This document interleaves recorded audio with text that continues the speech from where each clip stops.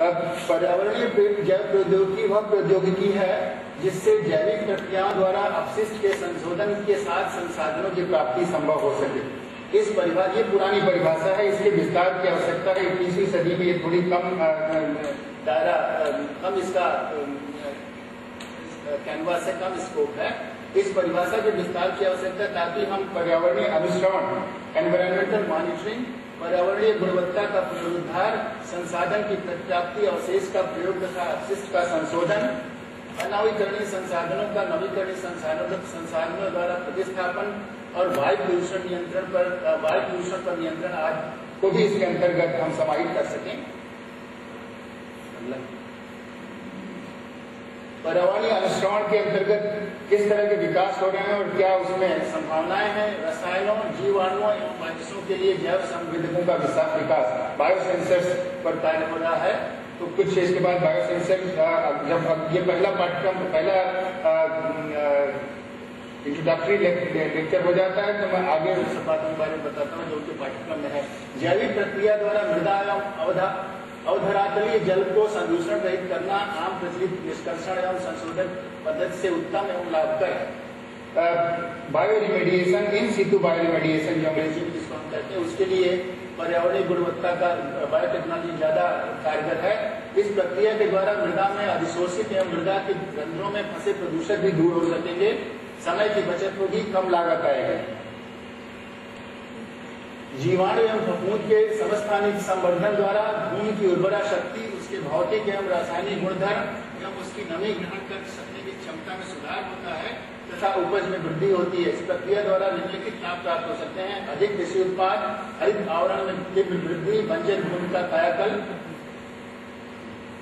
मृदा संरक्षण, धरातलीय पारिस्थितिकी का पुनः निर्माण, खासतौर से खनन क्षेत्रों में वन विनाश एवं कृषि रसायनों तथा अधिक सिंचाई के चलते नष्ट भूमि का पुनर्वास, कीटनाशकों जैसे चिरस्थायी रसायनों का जैव कीटनाशकों द्वारा विस्थापन ताकि जैव अभिवृद्धि, जैव भंडारण एवं जैव प्रतिरोध पर रोक लग सके।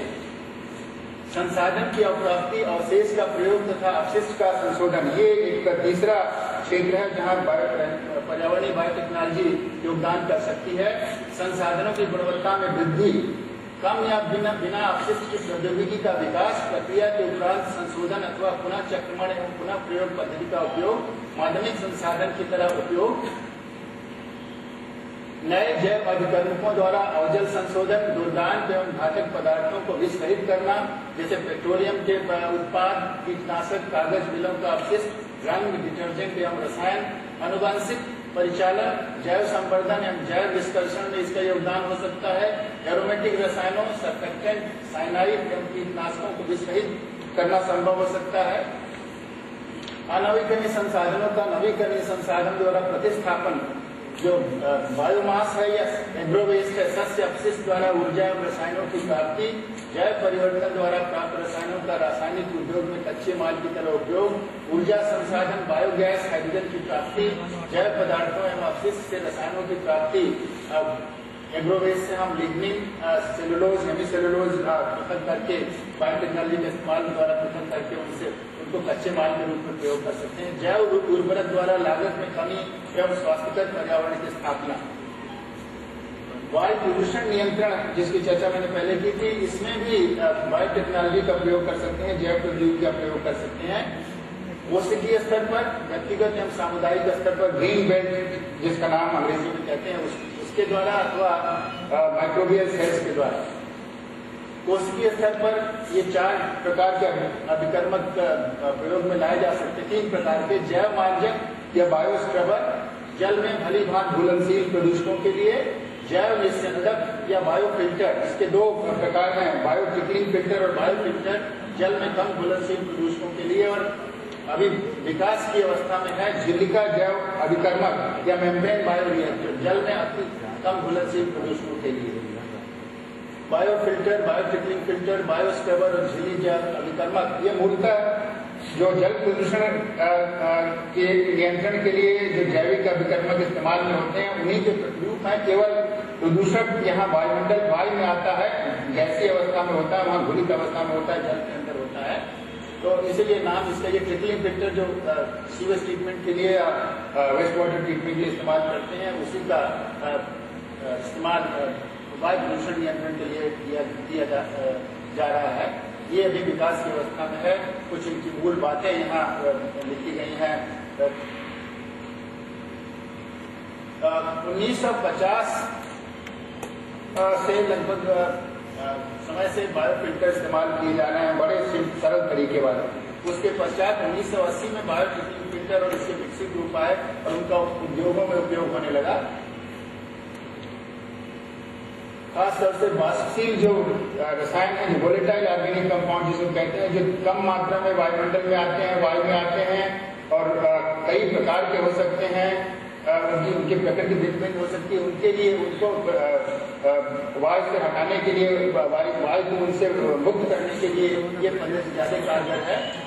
मूल रासायनिक प्रक्रिया जो यहाँ दिखाई गई वही होती है, इसकी कोई नई बात इसमें नहीं है। यही प्रक्रिया एरोबिक का जो प्रोसेस हमारा प्रक्रिया है, जल संशोधन की उसमें भी होती है। ये मूल रूप है बायोफिल्टर का ठंडे प्रदेशों के लिए। ये जो उद्योगों में बायोफिल्टर इस्तेमाल किए जाते हैं उनके रेखा चित्र है। दूसरा तरह का बायोफिल्टर का बायोटिकलिंग फिल्टर और बायोफिल्टर में मूल अंतर यह है कि बायोफिल्टर में जो प्रदूषित गैस है नीचे से ऊपर जाती है और बायोटिकलिंग फिल्टर में ऊपर से नीचे की ओर आती है। तो ऐसा रेखा चित्र और जो बातें मैंने पहले बताई थी, इसका इस्तेमाल करके हम इस विज्ञान के बारे में, इस टेक्नोलॉजी के बारे में थोड़ी जानकारी लोगों को दे सकते हैं। नेक्स्ट, ये बायोस्क्रबर मूलतः कोई नया रिएक्टर नहीं है। दो जो मूल प्रक्रियाएं हैं वायु को प्रदूषण रहित करने के लिए, उनको आपस में जोड़ दिया गया है। ये एक्टिवेटेड स्लज जो प्लांट हमारा होता है, सक्रिय पंख अभिकर्मक जो जल प्रदूषण की रोकथाम के लिए इस्तेमाल किया जाता है, वो ये इकाई वो है। और वायु प्रदूषण नियंत्रण के लिए स्क्रबर इस्तेमाल करते हैं, जिसमें प्रदूषक को वायु में, जो वायु में प्रदूषक होते हैं उनको किसी घोलक में, किसी विलेय में उसको विलय कर लेते हैं और उसके पश्चात जो जल निकलता है उसको, उसका शोधन उसी तरीके से करते हैं जैसे अवजल का करते हैं एक्टिवेटेड स्लज में। तो ये दोनों को मिलाकर है।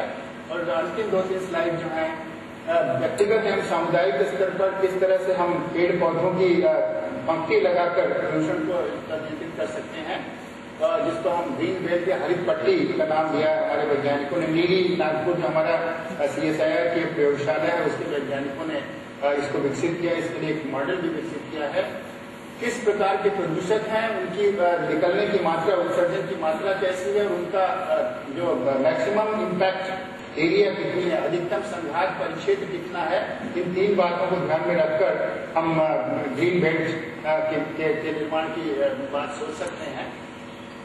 फिर इस प्रकार के पौधों को लिया जाए स्थान विशेष के लिए, वो इस पर निर्भर करेगा कि कौन सा पौधा किस विधि से बढ़ेगा, उसकी घनी छाया है कि नहीं है, तो सदाबहार है अथवा बारहमासी है कि नहीं है, वो नेटिव या देशज है कि नहीं है, उसका लीफ एरिया इंडेक्स या उच्च पर सूचकांक कितना कम है या ज्यादा है, विशेष वायु प्रदूषणों के लिए अवरोधी है अथवा नहीं, और क्षेत्र की परिस्थितिकी और जलभौतिकीय परिस्थितियों के संतुलन पर उसका कोई दुष्प्रभाव तो नहीं पड़ता है। इन बातों को ध्यान में रखकर हम हरित पट्टी का चुनाव करते हैं। देशज, क्षेत्र के देशज पेड़ पौधे क्षेत्र की स्थानीय जलवायु, वृक्ष की छतरी के अंदर एवं बाहर विभिन्न प्रदूषकों के जमा होने की गति हरित पट्टी की चौड़ाई को प्रभावित करते हैं। और इन सब बातों का समावेश करते हुए नीरी नागपुर के वैज्ञानिकों ने एक गणितीय मॉडल विकसित किया है, जिससे वो निकाल सकते हैं कि किसी जगह अगर प्रदूषक, वायु में प्रदूषक आ रहे हैं और उनकी मात्रा और ये सब बातें मालूम है, तो कौन सा पौधा कितनी चौड़ाई में लगाया गया बस्ती के चारों तरफ। ये चिमनी से निकल रहा है, ये पेड़ पौधे लगाए गए हैं जो ग्रीन बेल्ट का काम करेंगे।